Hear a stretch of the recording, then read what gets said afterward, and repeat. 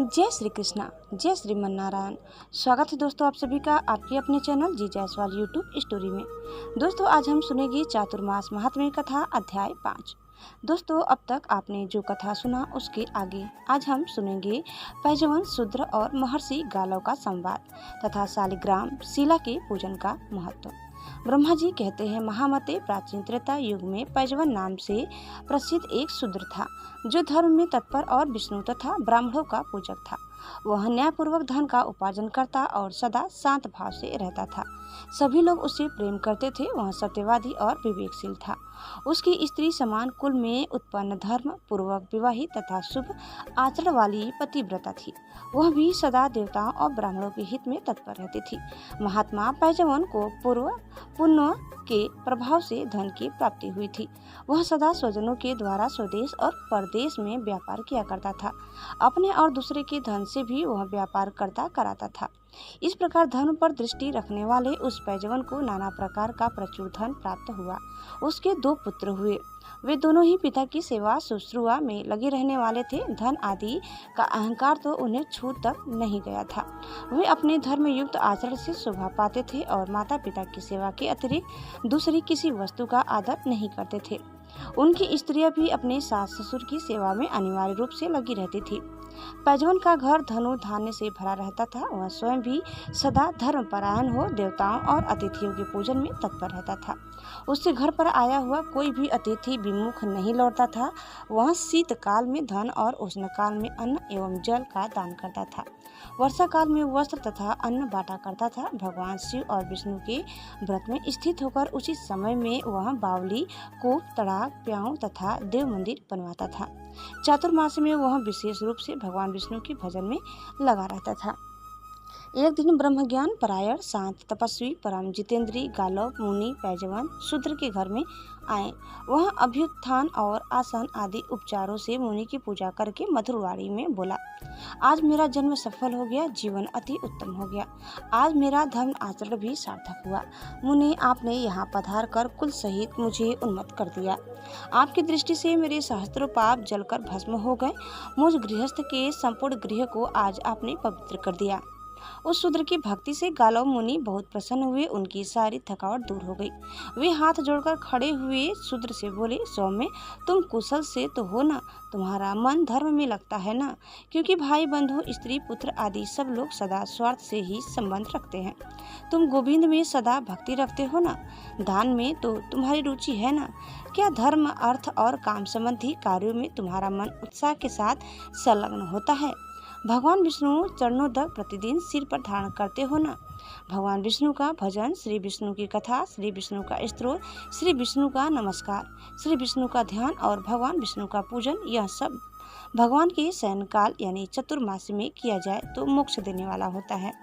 ऐसा कहते हुए मुनि को प्रणाम करके शूद्र ने फिर कहा, मुने, आपकी कृपा दृष्टि से ही मुझे इस आश्रम का पूरा फल मिल गया है। तथापि मैं आपकी उपदेश युक्त वाणी सुनना चाहता हूँ। आपके आगमन का क्या प्रयोजन है, यह कृपा करके बतावें। तब गालवजी ने उस धर्मात्मा एवं सत्यवादी शूद्र से कहा, इधर तीर्थ यात्रा में लगे हुए मुझे कई मास व्यतीत हो गए। अब चातुर्मास से आ गया है, अतः अपने आश्रम को जाऊंगा। भगवान नारायण की प्रसन्नता के लिए आषाढ़ शुक्ला एकादशी को अपने घर पर चातुर्मास का नियम ग्रहण करूंगा। पैजवन बोला, द्विज श्रेष्ठ, मेरे ऊपर अनुग्रह करके कोई ज्ञान की बात मुझे भी बताइए। वेद में मेरा अधिकार नहीं है, वेद सार के जप का भी मुझे अधिकार नहीं है। अतः विशेषतः चातुर्मास में पालन करने योग्य यदि कोई मोक्ष साधक उपाय हो तो उसे बताइए। गालवजी ने कहा, जो मनुष्य शालिग्राम में स्थित भगवान विष्णु का पूजन करते हैं, भक्ति उनसे दूर नहीं है। जिसका मन भगवान शालिग्राम के चिंतन में लगा हुआ है, उसके द्वारा जो कुछ भी शुभ कर्म किया जाता है वह अक्षय होता है। चातुर्मास में इसका विशेष महात्म्य है। जहाँ शालिग्राम शिला और द्वारका की शिला दोनों का संगम हो, वहाँ मनुष्य के लिए मुक्ति दुर्लभ नहीं है। जिस भूमि में सैकड़ों पापों से युक्त मनुष्य द्वारा भी शालिग्राम की शिला पूजी जाती है, वहाँ यह शिला 5 कोस तक के प्रदेश को पवित्र करती है। यह शालिग्राम शिला तेजोमय पिंड है, साक्षात ब्रह्म स्वरूप है। इसके दर्शन मात्र से भी तत्काल सब पापों का नाश हो जाता है। महासमुद्र शालिग्राम शिला की उपस्थिति से सब तीर्थ और देव मंदिर पवित्र हो जाते हैं तथा समस्त नदियां तीर्थत्व को प्राप्त होती है। शालिग्राम शिला की सन्निधि मात्र से सर्वत्र संपूर्ण क्रियाएं शोभन होती है। जिसके घर में शुभ शालिग्राम शिला का कोमल तुलसी दलों द्वारा पूजन होता है, वहाँ यमराज अपना मुंह नहीं दिखाते। ब्राह्मण, क्षत्रिय, वैश्य तथा शूद्रों को भी शालिग्राम शिला के पूजन का अधिकार है। शूद्र ने पूछा, ब्राह्मण आप वेद वेत्ताओं में श्रेष्ठ हैं। सुना जाता है कि स्त्री और शूद्र आदि के लिए शालिग्राम शिला के पूजन का निषेध है, अतः मेरे जैसा मनुष्य किस प्रकार शालिग्राम का पूजन करे। गालवजी ने कहा, मानद शूद्रों में केवल असत शूद्र के लिए शालिग्राम शिला का निषेध है। स्त्रियों में भी पतिव्रता स्त्रियों के लिए उसका निषेध नहीं किया गया है। जो शालिग्राम शिला के ऊपर चढ़ाई हुई माला अपने मस्तक पर धारण करते हैं, उनके सहस्त्र पाप तत्काल नष्ट हो जाते हैं।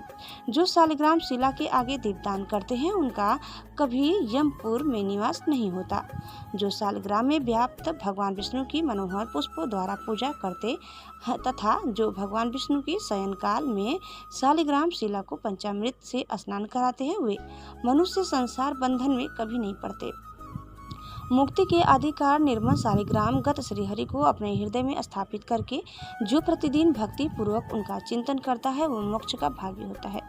जो सब समय में विशेषतः चातुर्मास्य काल में भगवान शालिग्राम के ऊपर तुलसी दल की माला चढ़ाता है, वह संपूर्ण कामनाओं को प्राप्त कर लेता है। तुलसी देवी भगवान विष्णु को सदा प्रिय है। शालिग्राम महाविष्णु के स्वरूप है और तुलसी देवी साक्षात लक्ष्मी है। इसीलिए चंदन चर्चित सुगंधित जल से तुलसी मंजरी सहित शालिग्राम शिला रूप श्रीहरि को नहलाकर जो तुलसी की मंजरियों से उनका पूजन करता है, वह संपूर्ण कामनाओं को पाता है।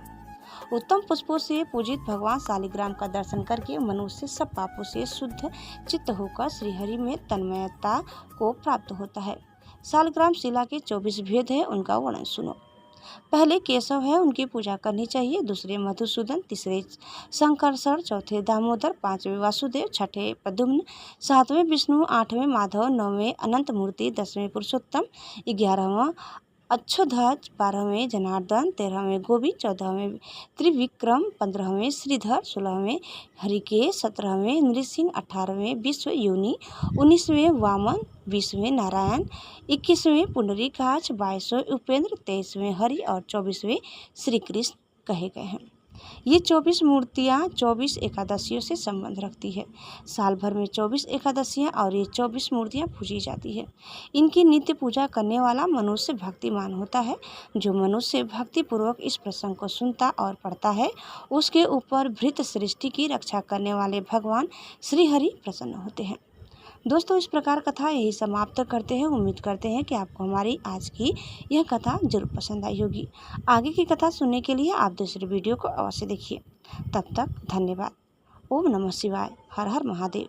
जय श्री कृष्ण, जय श्री मन नारायण।